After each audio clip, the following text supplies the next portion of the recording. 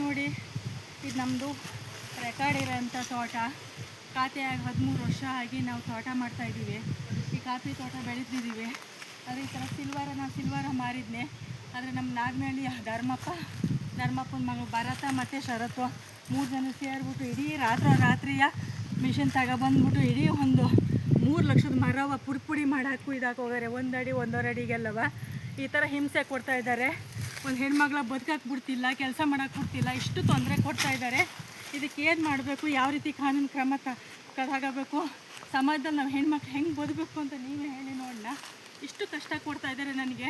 ಕೊಲೆ ಬೆದರಿಕೆ ಹಾಕ್ತಾರೆ, ಕೊಲೆ ಮಾಡೋಕ್ಕೆ ಬರ್ತಾರೆ, ಬರ್ತಾರೆ, ಕತ್ತಿ ದೊಣ್ಣೆ ಎಲ್ಲ ತಗೊಬರ್ತಾರೆ. ನನಗೆ ಬದುಕಕ್ಕೆ ಬಿಡ್ತಿಲ್ಲ. ದಯವಿಟ್ಟು ಕಾನೂನು ಪ್ರಕಾರ ಏನು ಕ್ರಮ ತಗೋಬೋದು, ಇವ್ರಿಗೆ ಏನು ಮಾಡ್ಬೋದು ಅಂತ ನೀವೇ ಹೇಳಿ ಜನರೇ.